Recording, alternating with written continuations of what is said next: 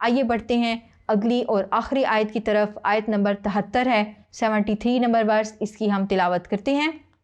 لِيُعَذِّبَ اللَّهُ الْمُنَافِقِينَ وَالْمُنَافِقَاتِ وَالْمُشْرِكِينَ وَالْمُشْرِكَاتِ وَيَتُوبَ اللَّهُ عَلَى الْمُؤْمِنِينَ وَالْمُؤْمِنَاتِ وَكَانَ اللَّهُ غَفُورًا رَحِيمًا. لفظی ترجمہ کرتے ہیں.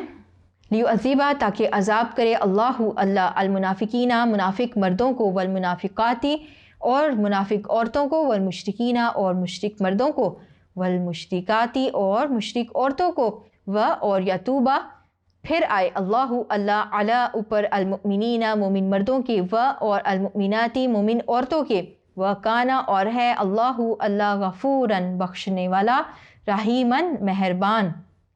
بامحاورہ ترجمہ کرتے ہیں. تاکہ اللہ منافق مردوں اور منافق عورتوں اور مشرک مردوں اور مشرک عورتوں کو عذاب دے، اور اللہ مومن مردوں اور مومن عورتوں پر مہربانی کرے، اور اللہ تو بخشنے والا مہربان ہے. بچوں اس آیت مبارکہ کا مفہوم کچھ یوں ہے کہ اس آیت مبارکہ کا ربط بھی پچھلی آیت کے ساتھ ہم کر لیتے ہیں. وہ ایسے کہ پچھلی آیت مبارکہ میں کیا فرمایا گیا ہے، امانت کا ذکر کیا گیا، اور پھر یہ فرمایا گیا کہ انسان نے اس کو اپنے کندھوں پر اٹھا لیا اور خود کو اس امانت کا ذمہ دار بنا لیا. اب اگر کوئی انسان امانت کی پاسداری کرے جو اس کو حکم دیا گیا ہے، جب ہمیں کہا ہے کہ آپس میں بھی امانتوں کا پاس رکھو، آپس کی امانتوں کا بھی خیال رکھو، تو یہ امانت جو اللہ نے ہم پر ڈالی ہے، تو اس میں تو سب سے زیادہ حق ہے کہ ہم اس امانت کی پاسداری کریں، اس امانت کو اچھے طریقے سے لے کر چلیں، اس کا خود خیال رکھیں اور اس کو آگے بھی پہنچائیں جو کہ اس کا حق ہے. لیکن پھر کیا ہوتا ہے، لوگ اس میں کوتاہی کرتے ہیں، ان سے یہ امانت نہیں اٹھائی جاتی، نہیں سنبھالی جاتی. تو ظاہر ہے کہ اب آپ سے پوچھ ہوگی، جو اس کو نبھائیں گے وہ انعام پائیں گے، جو نہیں نبھائیں گے ظاہر ہے سزا کے مستحق ہو جائیں گے. جیسا کہ ہم دنیا میں بھی دیکھتے ہیں، اگر کوئی آپ کے پاس امانت رکھواتا ہے اور آپ اس میں خیانت کرتے ہیں یا اس میں کسی غلطی کے مرتکب ہو جاتے ہیں، تو آپ کو ضمان دینا پڑتا ہے، یعنی ضمان دینا پڑتا ہے، اس کا بدلہ دینا پڑتا ہے. اور پھر اس کے علاوہ اگر آپ سے غلطی سے کوئی کمی بیشی ہو جاتی ہے تو ممکن ہے کہ آپ کو اس کے بدلے میں معاف کر دیا جائے.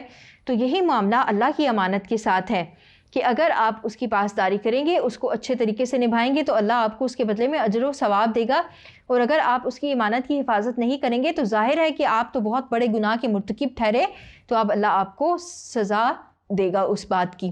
تو یہاں پر اسی بات کی طرف اشارہ فرمایا گیا ہے کہ اس امانت کو انسان کے کندھوں پر ڈالنے کا مقصد کیا تھا، اس کی سبب، اس کی حکمت کیا تھی. وہ یہ تھی تاکہ اللہ انسانوں میں چھانٹی کر لے کہ کون سے اچھے انسان ہیں، کون سے برے انسان ہیں، کون اللہ کی پیروی کرنے والا ہے اور کون نافرمانی کرنے والا ہے.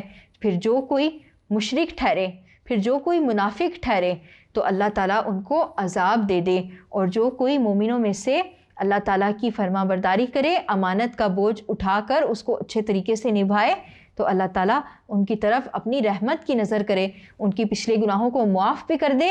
اور یہاں پر علماء کرام کہتے ہیں یتوبہ سے مراد توبہ نہیں ہے، بلکہ یہاں یتوبہ سے مراد ہے رجوع کرنا، رحمت کی نظر کرنا، شفقت کی نظر کرنا، تاکہ اللہ تعالیٰ پھر اپنے اچھے بندوں پر اپنی رحمت کی نظر کرے، کیونکہ اللہ بے شک بخشنے والا اور مہربان ہے.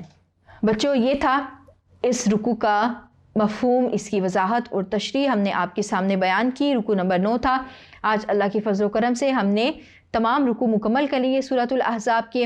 آپ کو بتاتی چلوں کہ ہم نے پڑھا تھا سورہ احزاب میں غزوہ احزاب کے متعلق، ہم نے غزوہ بنی قریظہ کے متعلق بھی پڑھا، ہم نے اس کے ساتھ ساتھ ان واقعات سے ریلیٹڈ واقعات بھی پڑھے، ہم نے اس کے ساتھ حضرت زینب رضی اللہ تعالیٰ عنہا سے رسول اللہ صلی اللہ علیہ وسلم کی نکاح کے بارے میں پڑھا، ہم نے لےپالک بچوں کے متعلق پڑھا، ہم نے حضرت زید رضی اللہ تعالیٰ عنہا سے متعلق پڑھا، ہم نے کچھ طلاق کے مسائل بھی پڑھے، ہم نے رسول اللہ صلی اللہ علیہ وسلم کی ازدواجی زندگی کے متعلق، آپ صلی اللہ علیہ وسلم کے گھرانے کے متعلق، آپ صلی اللہ علیہ وسلم کی ازواج مطہرات کے متعلق کچھ احکام پڑھے.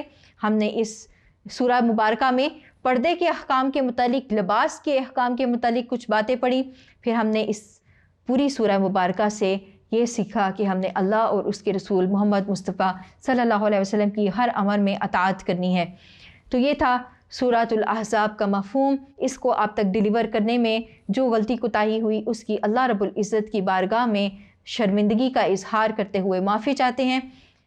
امید کرتی ہوں کہ آپ کو یہ تمام سورہ سمجھ آ گئی ہوگی۔ اس کے یہ تمام واقعات، تمام موضوعات انتہائی اہمیت کے حامل ہیں، کیونکہ آپ کے ایگزام میں سوالوں کی صورت میں بھی آتے ہیں اور آیات کی تشریح کی صورت میں بھی آتے ہیں، اور اس کے ساتھ ساتھ آج جبکہ مستشرقین آپ کے مذہب کو نشانہ تضحیک بناتے ہیں، آپ کے نبی محمد مصطفیٰ صلی اللہ علیہ وآلہ وسلم کے کردار پر حملہ کرنے کی کوشش کرتے ہیں، تو آپ کے لیے ناگزیر ہے کہ آپ کو ان تمام باتوں کا علم ہو، تاکہ آپ اپنے پیغمبر محمد رسول اللہ صلی اللہ علیہ وسلم کی شخصیت کا دفاع کر سکیں اور ان پر درود و سلام بھیج سکیں اور ان کی تعریف اور مدح و ثنا کر سکیں۔